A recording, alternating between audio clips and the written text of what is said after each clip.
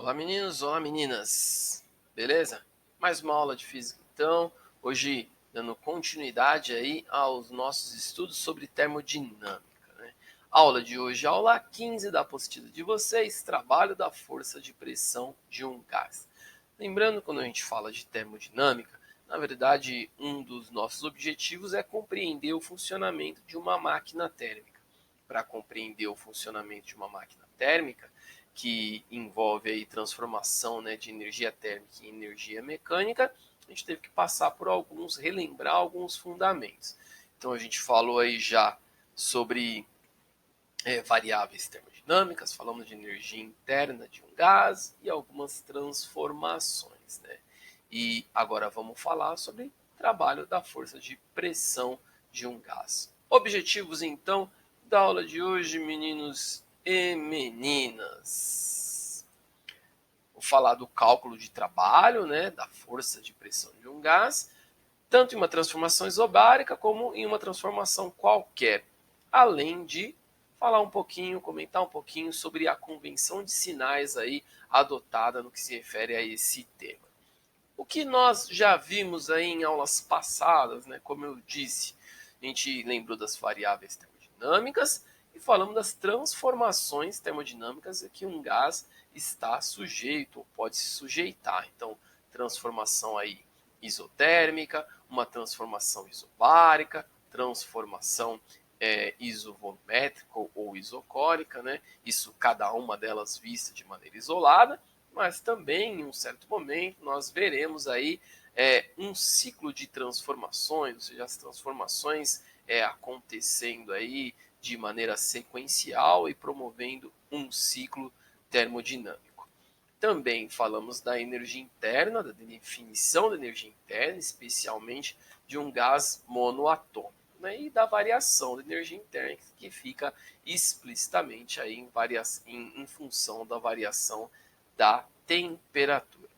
Agora, falando especialmente aí do trabalho da força de pressão, né, de um gás.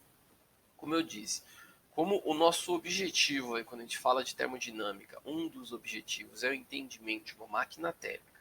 E uma máquina térmica consiste em transformar parcialmente energia térmica em energia mecânica. A energia mecânica aí relaciona uma possibilidade de movimento.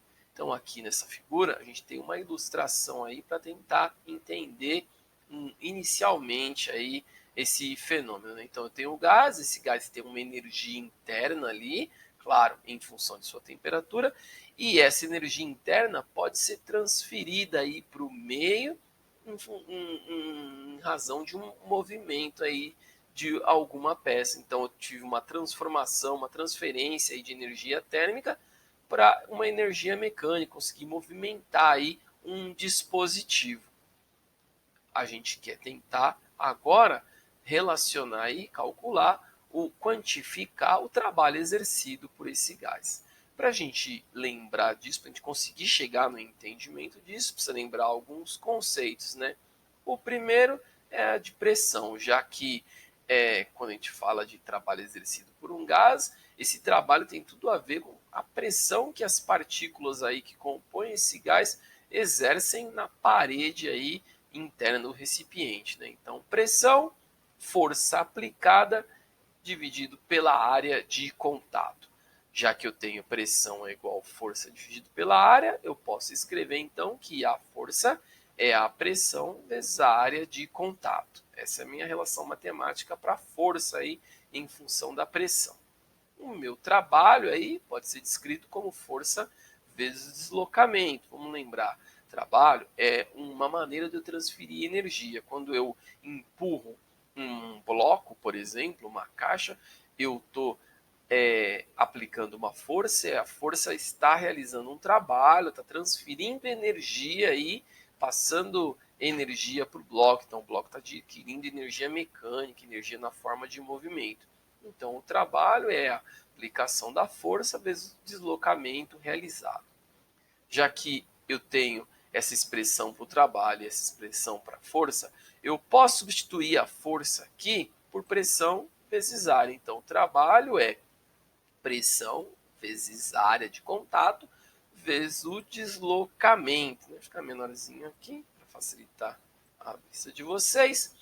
E aí, se a gente analisar aqui essa peça, esse cilindro, a área aqui dessa região da base vezes o deslocamento promovido, área vezes o deslocamento nessa dimensão me dá o volume. Então eu posso substituir aqui área vezes o deslocamento por variação do volume.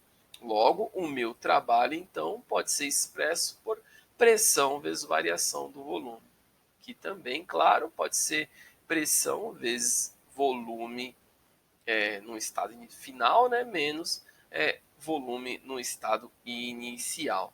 Essa aqui é uma equação que é útil quando a gente está falando de transformações isobáricas. Então, quando a pressão é constante, eu posso utilizar essa relação matemática aqui para determinar o trabalho exercido aí pela força de pressão de um gás. Então, essa relação matemática a gente vai usar quando a transformação, né, for uma transformação isobárica. Claro, porque para eu utilizar essa equação, eu tenho que ter uma pressão constante, porque se eu não tiver uma pressão constante aqui, não tem um valor para eu estimar aqui no lugar dessa variável P.